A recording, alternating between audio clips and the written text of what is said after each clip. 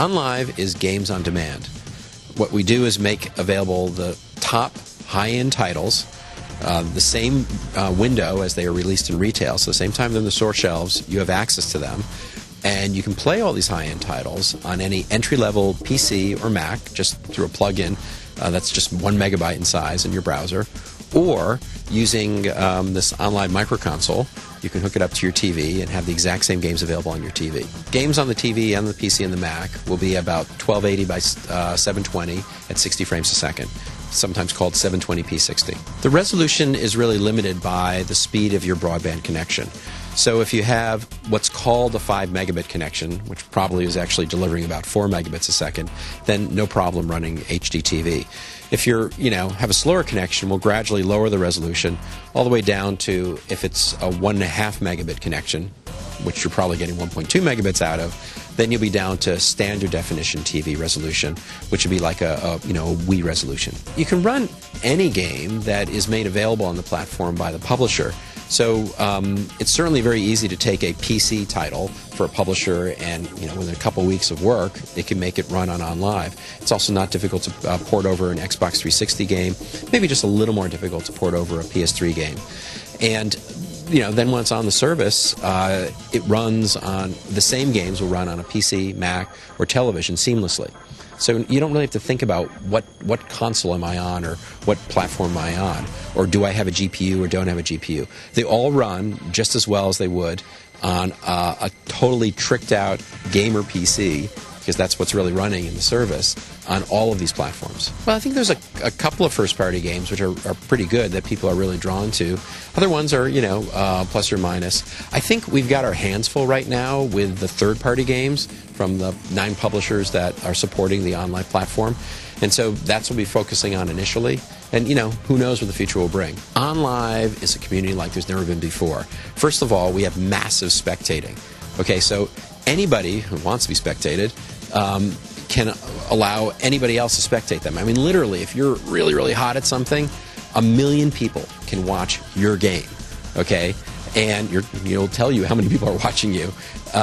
And you can go and just check out any game you want and see a really great player and see what their moves are in order to get through a level.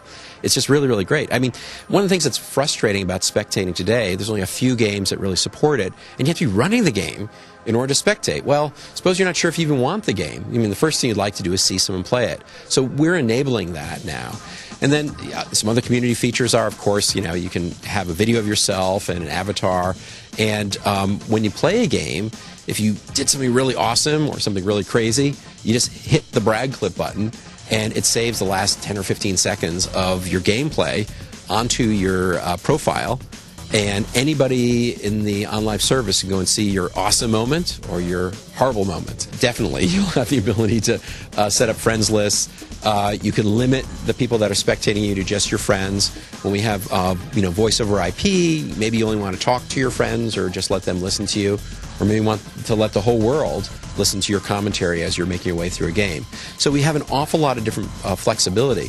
But one thing that is really key and really is differentiating is that whenever we have these community features, you're always looking at the video of what the person's actually doing live. So when you go check in on your friend, you can see what they're doing. And you and your friend who are talking to each other can go watch some other player and comment what you want back and forth. And that conversation carries between games, between levels, and so forth. Until, of course, you get into a game where maybe you're on a team, and then the system is smart enough to go and separate the voice so that you can't overhear what the team is saying. It's very, very sophisticated in terms of the way it allows people to communicate both from a video and an audio point of view. Pretty much any entry-level PC today with XP or Vista will run fine. With Macintoshes, it would be an Intel-based Mac. Pretty much any of those will work. And that's it. You don't need a GPU. And you just need, a broadband connection. 1.5 megabit connection for standard definition TV and 5 megabits per second or better for HD TV. You're quite correct. If we had a significant amount of lag, it would be unusable. So we had to develop a new technology that would allow the game to run, a lot of the game to run in the server center, and then really to send tiny pieces of the game down through your DSL and cable modem connection very, very rapidly with no lag. So essentially what happens when you hit a button on your controller or on your keyboard, it goes up through the internet to our service center, the game will figure out the next frame, and then it zips back down, and your computer screen or your TV screen updates so fast that perceptually it's as if the game is running right there. It's really, really cool. It's a brand new technology. It took 7 years of development to get it to where it is. We have 9 major video game publishers that will be announcing with us, as well as 1 indie publisher, just kind of show that indie games are going to be on Onlive as well. And all of these publishers are committing to make games available in the same retail window and the same games that are available in retail stores. So if you can find it on store shelves, it will also be available at the same time in the Onlive service. And we're not announcing exactly what titles are going to be available at launch, but we're showing a lot of really cool titles at the Game Developer Conference. And as we move forward closer to that date, we'll get the final list. We're not announcing specifics about pricing, but we will have a basic access fee to get to the Onlive service, and then there'll be additional tiers of pricing for different ways of accessing games. I mean, demos, of course, will be free, but if you want to rent a game, you want to have it for a period of time, you want to have it for a longer time, there'll be packages of games and so forth. I mean, the nice thing about the way Onlive works is that it gives publishers the ability to bundle things in all different kinds of ways and offer them in ways that are very, very attractive to consumers.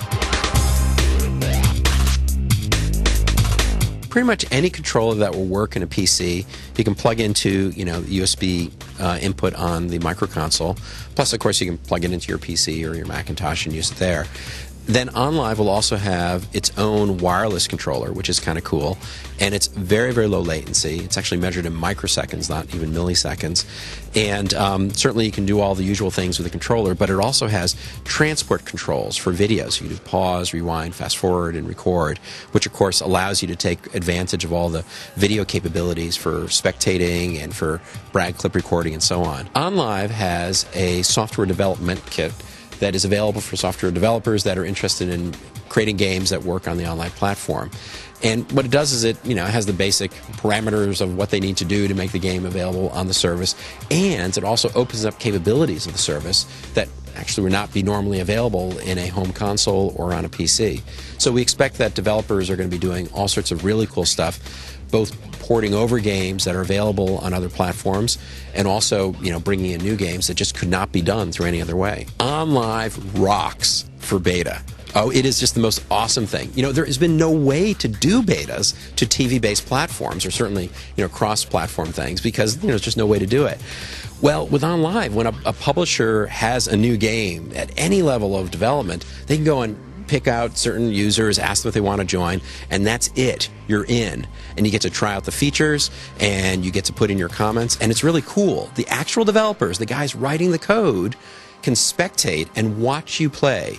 Move for move and check out all things, see what works, see what doesn't work, see what things are popular and not.